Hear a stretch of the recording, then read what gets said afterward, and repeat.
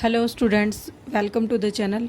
आज हम लोग कैपिटल बजटिंग की एक और टेक्निक के बारे में स्टडी करेंगे, जो कि हम पहले जो है कैपिटल बजटिंग की हम 2-3 टेक्निक पढ़ चुके हैं, जिसमें कि आपका जो है पे बैक पीरियड मेथड भी था और जो average rate of return method था और पे बैक रेसिप्रोकल मेथड, ये चीज़ें हम लोग स्टडी कर चुके हैं।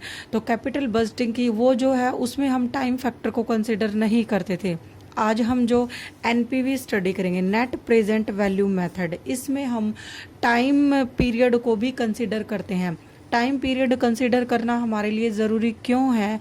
क्योंकि आप सबको पता है कि आज अगर आपके हाथ में 1 रुपीज़ है तो वो फ्यूचर के, यानी कि मैं अगर 1 साल अगर टाइम काउंट करूं तो फ्यूचर के 1 ईयर से में आपको अगर 1 रुपये मिले और आज अगर आपके हाथों में 1 रुपया है तो इसकी वैल्यू ज़्यादा होगी। अगर हम कुछ चीज़ों को छोड़ दें तो बेसिकली इन दोनों के बीच में जो काम करता है वो इंटरेस्ट फैक्टर होता है। इंटरेस्ट फैक्टर होता है मीन्स अगर जैसे कोई भी चीज़ है 10% पे अगर वो डिस्काउंट होती है तो आप एक अंदाज़ा से ये मान के चलिए कि अगर आप 100 रुपये इन्वेस्ट करते हो तो फ्यूचर में आप ये चीज़ आपको जो है 110 रुपीज़ प्रोवाइड करेगी। ये जस्ट लाइक जैसे इंटरेस्ट कैलकुलेट करते हैं हम, वैसे उस तरीके से फॉलो होता है। जैसे आपने 100 रुपीज़ कहीं पे इन्वेस्ट किए हैं 10% पे, तो आपका जो है अमाउंट ये बन जाएगा आपका लास्ट में 110, क्योंकि इसमें 10 रुपीज़ जो है आपका इंटरेस्ट ऐड हो जाएगा। तो एनपीवी जो होता है नेट प्रेजेंट वैल्यू, मान लिया आपको जो है फ्यूचर में किसी भी प्रोजेक्ट से आपको 2 साल बाद या 3 साल बाद 1 लाख रुपीज़ मिलने हैं, तो आप उसकी आज की टुडे की वैल्यू काउंट करोगे कि आज हमें वो चीज़ कितनी मिल रही है। तो इसी को नेट प्रेजेंट वैल्यू मेथड कहते हैं। जैसे एक एग्जांपल से स्टडी करते हैं। मान लीजिए 10% जो है वो आपका रेट है, डिस्काउंट रेट है। तो अगर मैं आपसे ये बोलूं कि 1 मुझे इन्वेस्ट करना है, तो इस 1 रुपीज़ की मुझे आज जो है वो वैल्यू निकालनी है। तो आप कैसे निकालोगे? तो C/1 + R to the power, ये टाइम की जगह पे आपका 1 आ जाएगा। तो 1 जो है आपका आज करंट की वैल्यू 1 हो गई। 1 + R कितना लिया हम लोगों ने? 10% लिया है। तो ये चीज़ आ जाएगी हमारे पास। तो इसको जब हम सॉल्व करेंगे तो ये हमारा आ जाएगा 0.909। मीन्स सिंपल सी चीज़ है कि अगर आज मैं today I am going to invest 0.909, then I receive ₹1 after 1 year at 10% rate. अब यही चीज़ मैं आपको ये बोलूँ कि मुझे ये अमाउंट जो है 2 साल के लिए इन्वेस्ट करना है, तो 2 साल के इन्वेस्ट के लिए आप क्या करोगे? तो C2 हो जाएगा आपका 1 + R टू द पावर, ये आपका सेकंड आ जाएगा, 2 आ जाएगा, सॉरी, क्योंकि टाइम जो है हमारा ये फर्स्ट ईयर था आपके पास, ये सेकेंड ईयर है। तो C2 आपका वही इनिशियल इन्वेस्टमेंट आ गया जो कि हम पहले से स्टडी कर चुके हैं। 1/1 + R कितना है आपका? 10% है, टू द पावर 2। तो इस तरीके से ये आपका सेकेंड ईयर में C2 जो है आपका 1 + R टू द पावर 2 आ जाएगा, क्योंकि यहाँ पे सेकेंड ईयर है। तो 1/1 + 10/100, क्योंकि 10% है, टू द पावर 2। तो ये आपका जो है सॉल्व करके आ जाएगा 1/1.10 टू द पावर 2, और ये आपके पास आ जाएगा 0.826। इसी तरीके से अगर मुझे थर्ड ईयर में निकालना हो तो ऐसे ही मैं कैलकुलेट कर लूँगी। तो 1/1.10 टू द पावर ये 3 आ जाएगा और 0.751। इसका सिंपल सा मीनिंग ये है कि अगर 10% जो है आपके पास रेट गिवन है, जो भी गिवन है, 10 भी हो सकता है, 8 भी हो सकता है, तो वो कुछ भी हो सकता है। अगर मैं 10% के रेट पे 0.751 पैसा इन्वेस्ट करती हूँ तो मुझे 3 साल के बाद 3 ईयर्स लेटर मुझे जो है ₹1 मुझे मिल जाएगा। अगर यही टाइम पीरियड 2 ईयर हो तो 0.826 पैसे मैं इन्वेस्ट करती हूँ 2 ईयर्स के लिए, तो मुझे 2 साल के बाद ₹1 मिल जाएगा। इसी को एनपीवी फैक्टर बोलते हैं। अभी ये रेट, इसका एक सिंपल सा तरीका आपको, अगर आपको किसी भी चीज़ की एनपीवी निकालनी है तो आप क्या करोगे?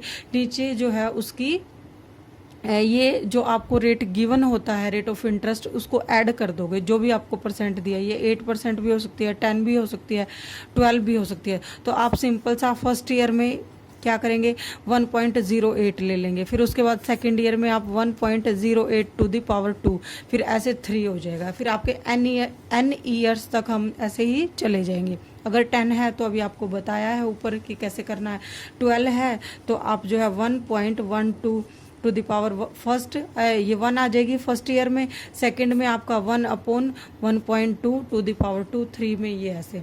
इस तरीके से हम इन चीज़ों को सॉल्व कर लेंगे। कुछ चीज़ें जैसे जब आप लगातार जो है यूज़ करोगे तो ये आपको याद भी हो जाएंगी कि 10% पे जब हम डिस्काउंट करते हैं तो 5 to 6 ईयर, जैसे 10 पे का हम करते हैं तो हमारा जो डिस्काउंटिंग फैक्टर बनेगा वो ये बनेगा 10% में। फर्स्ट ईयर में आपका डिस्काउंटिंग फैक्टर होगा 0.909, 0.826, 0.751। इस तरीके से आपके पास जो है ये आ जाएगा। फोर्थ ईयर में आपके पास 0.683, 0.621, ये आपका फिफ्थ ईयर में आ जाएगा। तो इस तरीके से आपको ये जब आप बार बार क्वेश्चन करोगे तो आपको ये सारी चीज़ें याद हो जाएंगी। तो इस तरीके से डिस्काउंटिंग फैक्टर जो एक क्या होता है कि आपको फ्यूचर की किसी अमाउंट का आज की डेट में वैल्यू निकालना है। सिंपल सी एक चीज़ है, उसके अगर और सारी चीज़ें जो है कुछ चीज़ें मैटर ना करें तो ये बेसिकली जो डिफरेंस होता है वो इंटरेस्ट के कारण होता है। इंटरेस्ट जो एक फैक्टर है वो काम करता है यहाँ पे कि अगर आज मेरे पास 100 रुपये हैं, अगर मैं उसे 10% पे इन्वेस्ट करती हूँ तो वो मुझे 110 मिलेंगे। तो ये जो 10 रुपीज़ जो है वो इंटरेस्ट है। इसी तरीके से अगर मैं आज 0.909 जो है पैसा इन्वेस्ट करती हूँ तो मुझे 1 साल के बाद 10% की रेट से ₹1 मिल जाएगा। तो हमें जो है NPV मीन्स प्रेजेंट वैल्यू निकाल के चलना है। ठीक है, तो एक एग्जांपल करते हैं तो आपको ये चीज़ें क्लियर हो जाएंगी। जैसे अब इसका सबसे पहले ये समझिए कि NPV का हम क्यों यूज़ करते हैं। NPV का यूज़ हम इसीलिए करते हैं कि आपको जो है सपोज़ A और B 2 प्रोजेक्ट दिए हुए हैं, तो इसमें आपको जैसे A की आपको जो है रिटर्न प्रोवाइड होंगे, बी के रिटर्न प्रोवाइड होंगे, तो आपको जो है उसका प्रेजेंट वैल्यू निकाल के दोनों को जो है कंपेयर करना है कि हम किस प्रोजेक्ट की तरफ जाएं। बेसिकली कैपिटल बजटिंग में यही होता है कि हमें वो चीज़ सेलेक्ट करनी होती है कि हमें जिसमें फ़ायदा मिले वो चीज़ें। तो इस तरीके से आप एक क्वेश्चन देखते हैं, जैसे आपको जो है कैश इनफ्लो दिए हुए हैं, तो आपको जो है first year, second year, third year, fourth year और ये फिफ्थ ईयर, इस तरीके से आपको जो है ये आपको ये चीज़ दिया है। अब आपको जैसे कई बार तो ये होगा क्वेश्चन में कि आपको 2-3 प्रोजेक्ट दे रखे होंगे, या जैसे सिंपल अभी करते हैं हम, मान लिया कि आप इनिशियल कोई जो आपकी कॉस्ट है वो 10,000 है और आपको जो है ईयर के हिसाब से इनफ्लो दे रखे हैं कि आपको जैसे फर्स्ट ईयर में 2,000 मिल जाएंगे, सेकेंड ईयर में आपको 4,000 मिल जाएंगे, थर्ड ईयर में आपको 4,000 मिल जाएंगे, फोर्थ ईयर में आपको 2,000 मिल जाएंगे, फिफ्थ ईयर में आपको 1,000 मिल जाएंगे। ये आपको इनफ्लो प्रोवाइड है और रेट जो है आपका 10% है। अब देखिए एक सिंपल सी चीज़ जो है, आप ये चीज़ समझिए कि फर्स्ट ईयर जो है आपको 2,000 मिलेंगे 1 साल के बाद, तो ओबियस सी बात है कि ये 1 साल के बाद हैं तो इनकी वैल्यू आज तो कम होगी ना। अब ये 2 साल के बाद मिलेंगे तो इसकी आज की वैल्यू निकालेंगे हम, प्रेजेंट वैल्यू, जो कि इसके नाम से ही स्पेसिफाई है कि NPV, net present value method. तो आप जो है स्टार्टिंग में इनिशियल जो आपकी कॉस्ट है वो 10,000 है, तो हम आज इससे कंपेयर करेंगे कि हमें 5 साल के बाद कितना रिटर्न मिलेगा। तो 10% पे हमें डिस्काउंट करना है। अभी आपको बताया था कि कैसे निकालेंगे, तो 1/1.10 करके फर्स्ट ईयर का आ जाएगा, इसकी पावर 2 करेंगे तो सेकंड का आ जाएगा। तो इनफ्लो का जो प्रेजेंट वैल्यू फैक्टर है वो 10% पे कितना बनेगा आपका, 0.909, 0.826, 0.751, 0.683, 0.621, ये आपके जो है प्रेजेंट वैल्यू फैक्टर बन गए। तो ये कैश इनफ्लो आपको क्या दिए हैं, फर्स्ट ईयर के बाद आपको 2,000 मिलेगा, सेकंड पे 4 मिलेगा, थर्ड पे 4000 मिलेगा, 4 पे 2000 और 5 पे 1000। तो इस तरीके से जो है आप इनकी जो है प्रेजेंट वैल्यू निकाल लेंगे। प्रेजेंट वैल्यू जो है इसकी, ये फर्स्ट हो गया आपका, ये सेकंड हो गया, दोनों के आपस में मल्टीप्लाई कर देंगे। तो इन दोनों ऐसे इनकी जब हम मल्टीप्लाई करेंगे तो हमारे पास आ जाएगा, यहाँ पे आ जाएगा 1818। ये इसको मल्टीप्लाई करेंगे 3304 3304 1366 और ये हमारे पास आ जाएगा 621।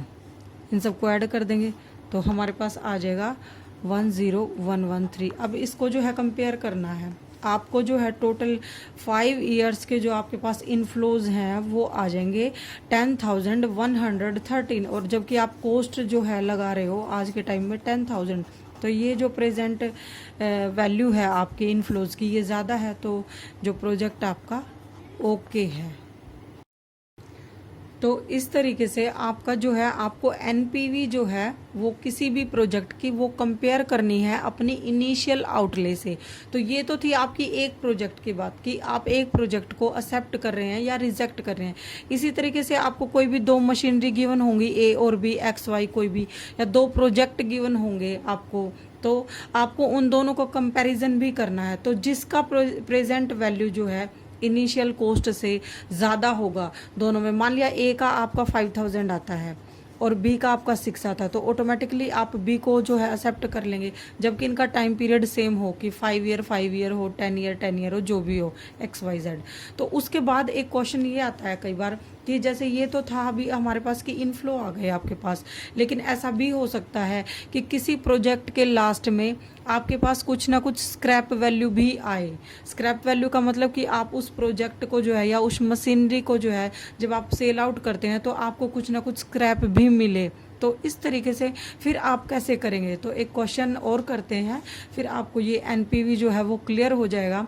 मैक्सिमम क्वेश्चन करके देखिए तब ये एनपीवी फैक्टर क्या होता है कि आप उस पर्टिकुलर एक रेट से उन चीज़ों को डिस्काउंट करते हैं, चाहे वो 8% है, 10% है, 12% है। मेथड जो है सबका वो सेम रहेगा कि आपको जैसे इंटरेस्ट कैलकुलेट करते हैं वैसे ही आपको इस तरीके से इनको डिस्काउंट करना है। तो हम जो है एक और एग्जांपल लेते हैं। मान लीजिए आपके पास 2 प्रोजेक्ट हैं, प्रोजेक्ट बोल लीजिए, प्रोजेक्ट ए जो है आपके पास वो क्या है, इसमें जो प्रोजेक्ट ए और प्रोजेक्ट बी आपके पास है।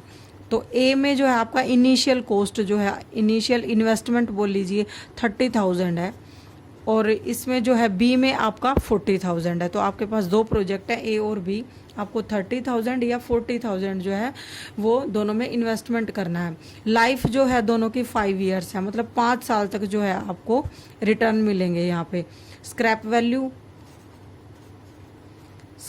मतलब जब आप प्रोजेक्ट ख़त्म करते हैं तो उसके एंड में आपको क्या मिलता है, इसमें आपको 2000 मिलेगा और इसमें आपको 3000 मिलेगा। अब आपको जो है रिटर्न दिए हुए हैं कि आपको जो है 5 ईयर्स के रिटर्न दे रखे हैं, तो आप जो है एक फॉर्मेट ड्रॉ कर लेंगे 1 2 3 4 5। तो यहाँ पर जो है आपका ये प्रोजेक्ट ए हो गया, यहाँ पर इनकी जो है एनपीवी जो रेट आपको गिवन है वो 10% है, यहाँ पे फैक्टर हो गए आप हमारे 10% पे।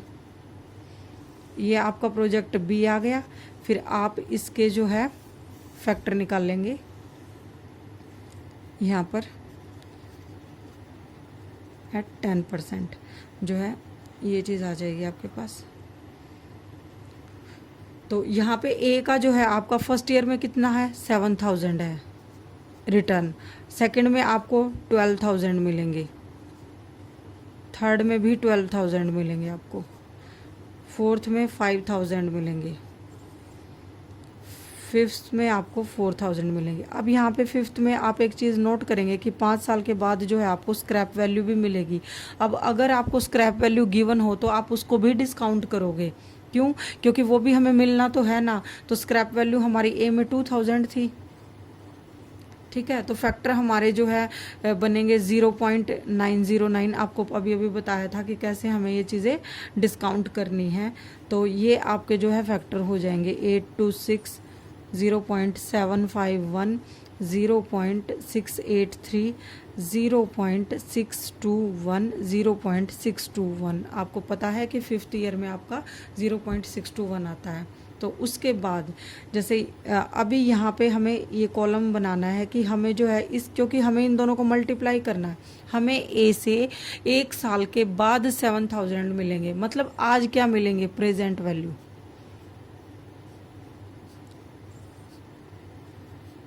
तो आज आपको क्या मिलेगा, 7000 को आप इससे मल्टीप्लाई कर देंगे तो आपके पास आ जाएगा 6363, ये चीज़ आ गई।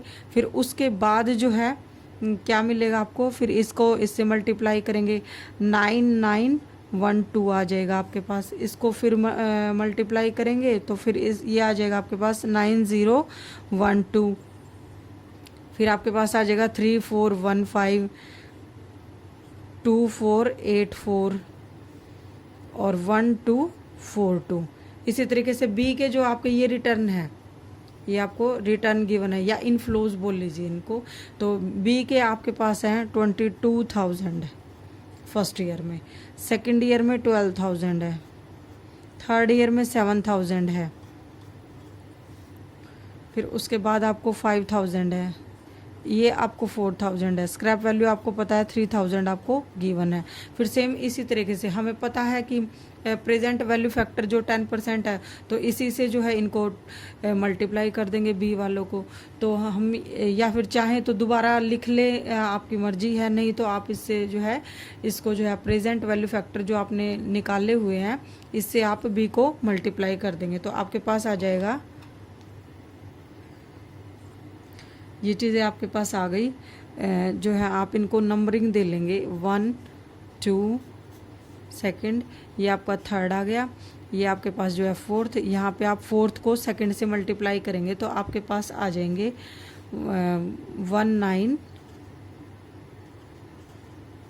9912, 5257, 3415, 2484, 1863।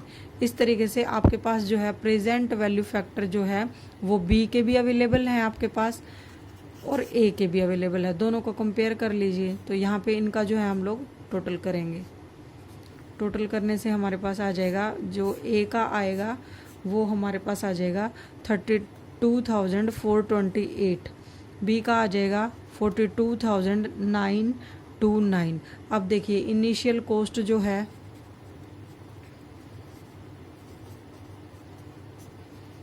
ए में कितनी थी हमारे पास, ए की हमारे पास 30,000 थी जो कि गिवन है आपको, और उसकी आउट जो हमारे पास ये नेट प्रेजेंट वैल्यू जो आई है वो कितनी आई है 32,428 आई है। इतने के आपके पास इनफ्लो हैं।